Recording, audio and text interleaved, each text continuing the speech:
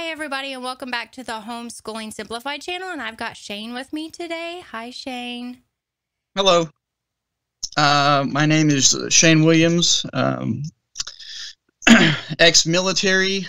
I got out in 2017, and I'm an IT guy, so I still work for the government, just not through the government. I'm a contractor. So we got a few questions here. We'll just start off with those. The first one that I have is, did you enlist in the military? Yes, I enlisted in 2007. So was that right after, high school, or was it a little later in life, or? I actually, I graduated in 2001. I went to the Navy in 2001, like 16 days after I graduated high school, and I got a medical discharge like 4 weeks in. So I went back to being a civilian, and then I had an injury, a work injury. I had to have surgery for, and while they were in there, I said, hey, I had this other issue in my knee. So since you're already going to be working on it, will you fix this for me too? So I can get back in the military. And so they did. And after I healed up, so I think it was 2 years after surgery, then I re-enlisted and then went back. Awesome. And so when you went back, did you go into the Navy or? I joined the Navy the first time. When I went the second time, I joined the Army National Guard. All right. And when you were growing up, did you see yourself being in the military, or was this something that just kind of happened in your later teenage years, or? Well, I just figured I would end up going. Everyone in my family has served. I guess it was just something that I knew I was going to do. Yeah. And so it was easy to just, when it came up, it was easy to talk to your family about, like, this is what I'm going to do, because everybody in your family did it too. So yeah. Yep.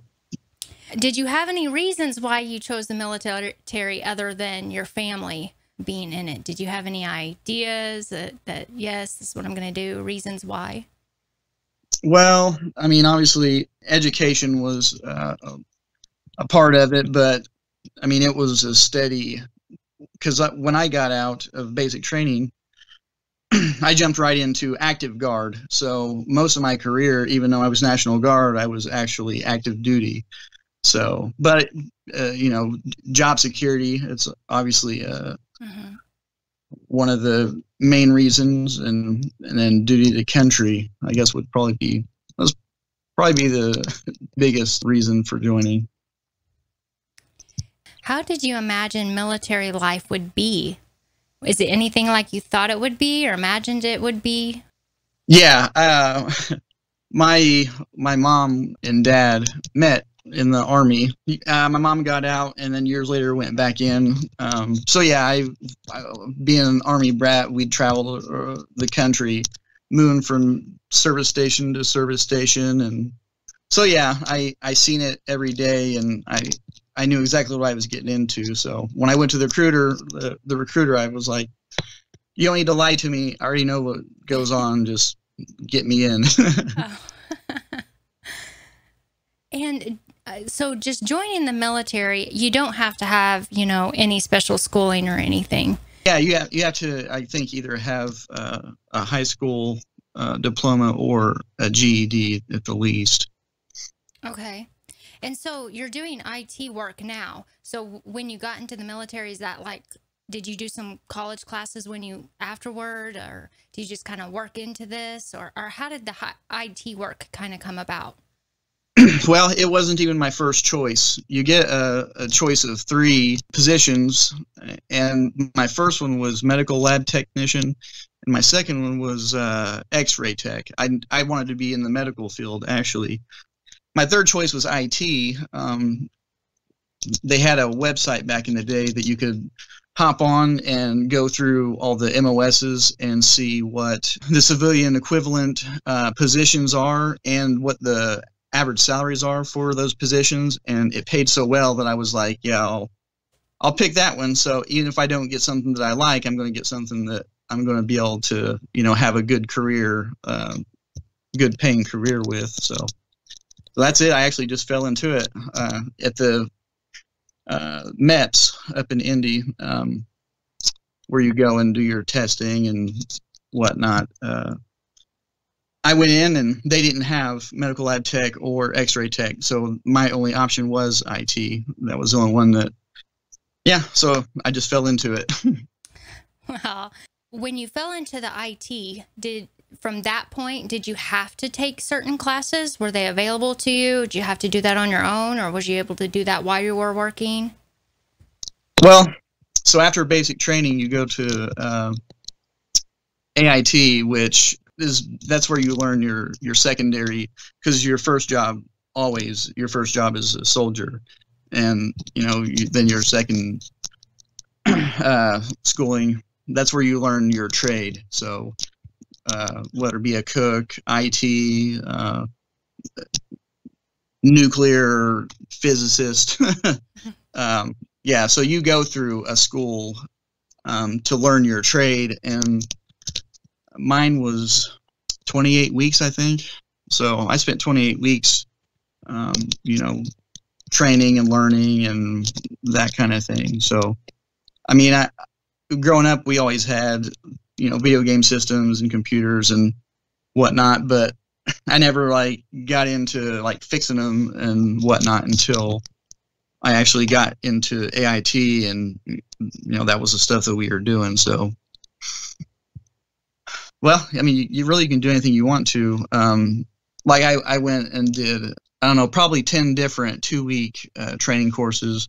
Like you've got A+, Network Plus, Security Plus. So I mean, there's different things that you can do, and then every now and then they have slots where if they need somebody and no one has those requirements, that they'll send you themselves. Or if you want to change your MOS, then you can go to school, and I mean, really, they'll teach you as much as you want to learn. Did you have any favorite classes? I like networking,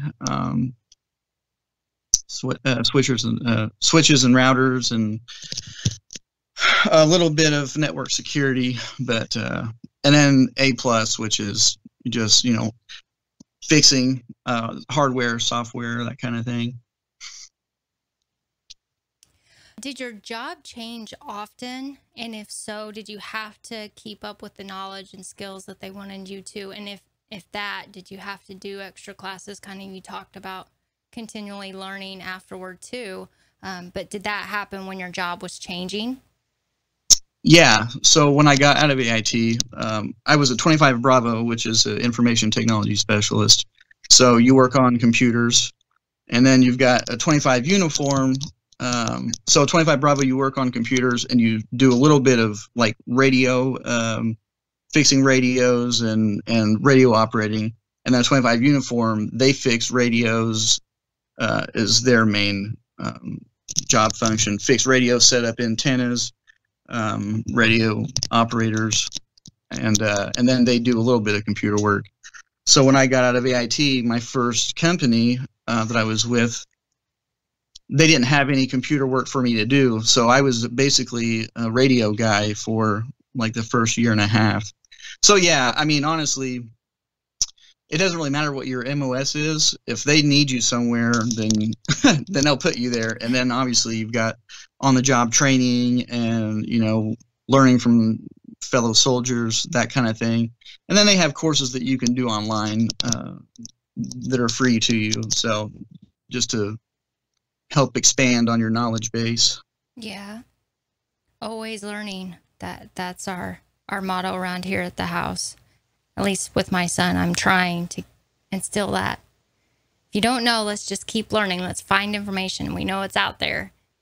So in the military, how many days a week do you actually work, or how many hours? Is it 7 days a week, or how? Technically, you're always on duty. But it depends on the job. It depends on if you're on a mission.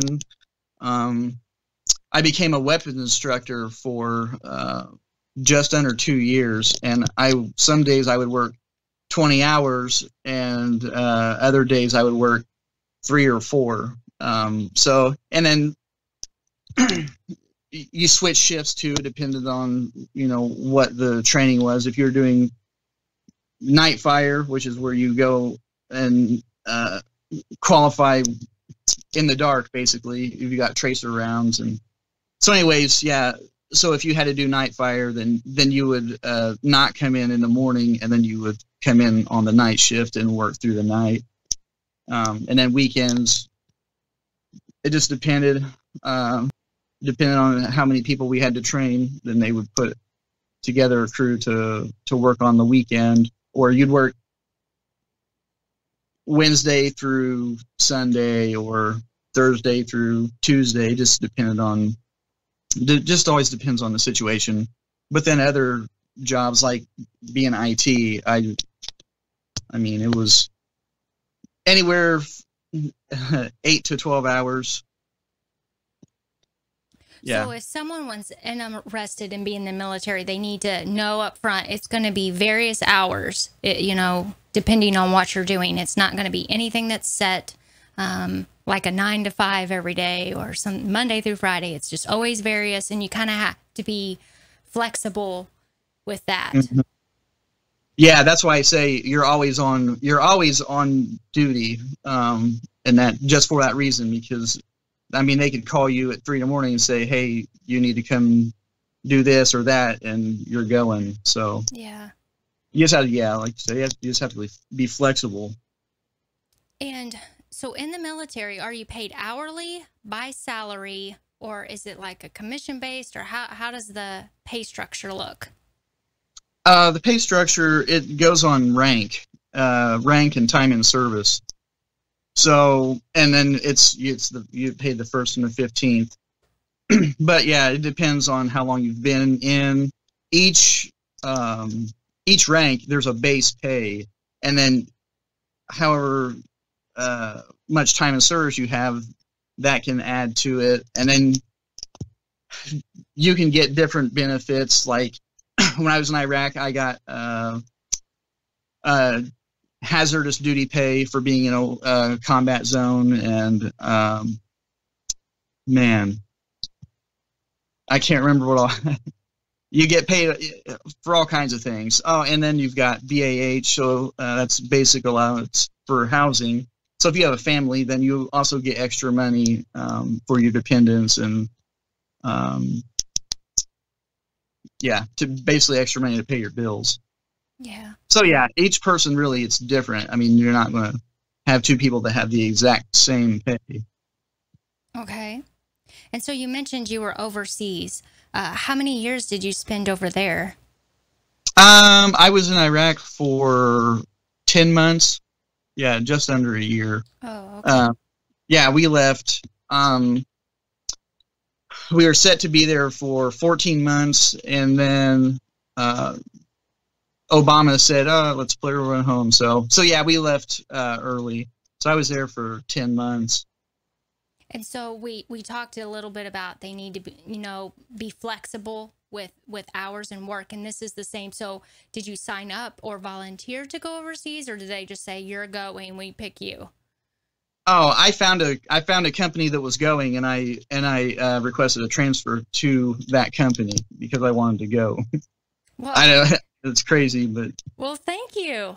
I appreciate it. I know many of us out there that do. So especially for you choosing to go instead of, no, not me. Yeah.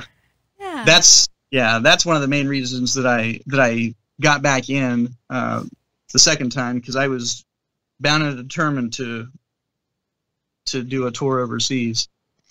And so, just your thoughts on that.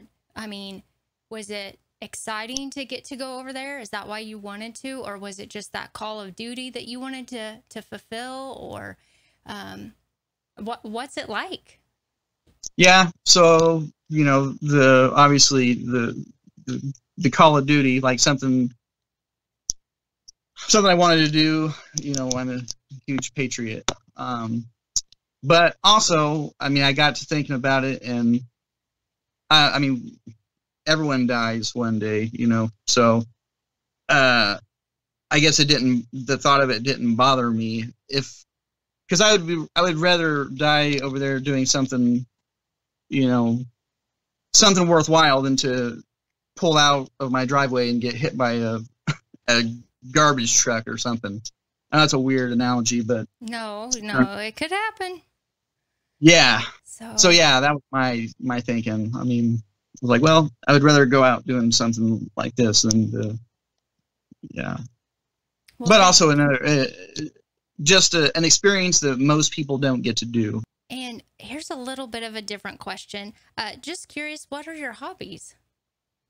My hobbies. I play video games,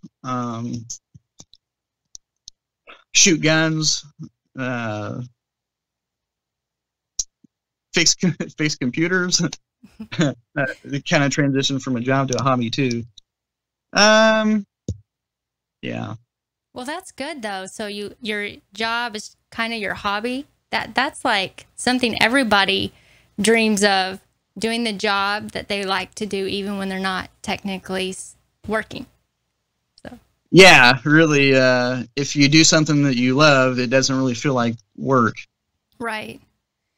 We kind of touched it earlier, is what did you want to be when you were growing up? So did you always want to just be a soldier when you were growing up?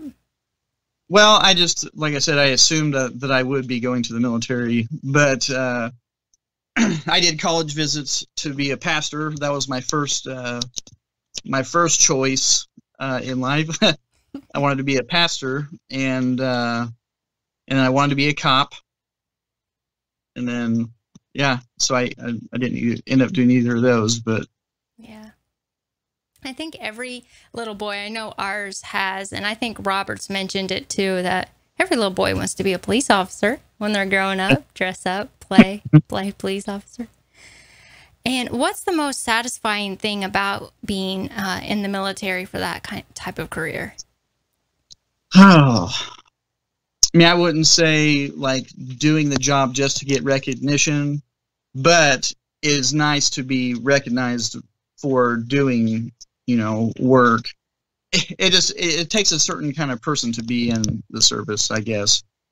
And so, I mean, once you've been through it, then it would make sense. But I mean, if I can't explain it to where it would make sense to someone who hasn't been in. But that, and then well, there's traveling. I've been everywhere. I've been Germany, Ireland, Kuwait, Iraq. So yeah, traveling is another thing. And are there a lot of openings in this career field? I feel like there is, but if you don't think that there are, maybe it's kind of dwindling. Do you think there will be more openings in the future? Oh yeah, there's always openings for IT. Cyber defense is huge right now. And that's, yeah, there are so many positions, and it's just going to get, it's going to keep growing, and they're going to keep needing people to fill those spots. So yeah, I mean, going into the military, the IT field is definitely, it's definitely a good choice. I mean, looking back now, I wouldn't have it any other way. Do you have any pros or cons for being in the military? Pros. Well, traveling again is a pro. Camaraderie. You build friendships that, well, it's more like a family. That's, yeah. You know, you make friends for life. Even if you don't talk to certain people, I mean, it could be 10 years and you could just jump right back in like you never lost touch. I mean, and that's, to me, I think that's a rare thing outside of the military. The pay, I mean, depends on how long you stay in and what rank you achieve. I mean, it's good money. And then when you get out, you've got you've got a good chance to go to like a defense contracting company, and they pay way better than the military. So I mean, you using the military as a stepping stone into defense contracting, that to me is a huge it's a huge pro. And then do you have any cons? Cons, yeah, being away from home. If you have kids, it's I've missed a lot of things, because like I said, I mean, I was in for years, and I was away for, I don't know, probably almost 3 years, off and on. Yeah, so you miss a lot of birthdays, you miss family time. Sometimes the hours, sometimes it can get grueling. Like I said, I mean, I've worked, 48 hours straight, double shifts, triple shifts. Yeah, so I mean, it's not something to, yeah, you just got, if that's something that you want to do, you just have to jump into it knowing Yeah. that it's going to embrace the suck. That's what we say in the military, embrace the suck. And as the last question, do you have any encouragement for those who are looking towards military as a career? Well, yeah, so honestly, it depends on who's in the White House, whether I would go, whether I would join or not. But I guess that's something for another day. But if someone is wanting to go, I mean, it is, like I said, you get 20 years in, and you can get retirement. So, I mean, if you go in at 18, by 38, you can be retired, and you're going to receive full pension. And then, I mean, if you're 38, you can go do other things. So it just depends on, your rank and whatnot when you get out. But I mean, you've got a whole nother paycheck. The healthcare, I mean, the VA is not very good. I don't recommend ever going to the VA, but TRICARE, which is their insurance company, TRICARE is awesome.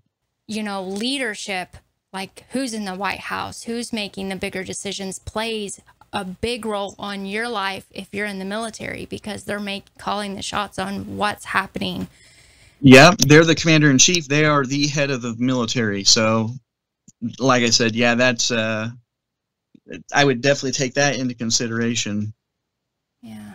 And I really appreciate you taking time out of your evening and from your family to do this interview with us. If anybody has other questions for Shane, please get those to me, comment. I'll make sure those questions get to him, and we'll get those answered for you. Thanks so much for being with us this evening. Oh, you're welcome.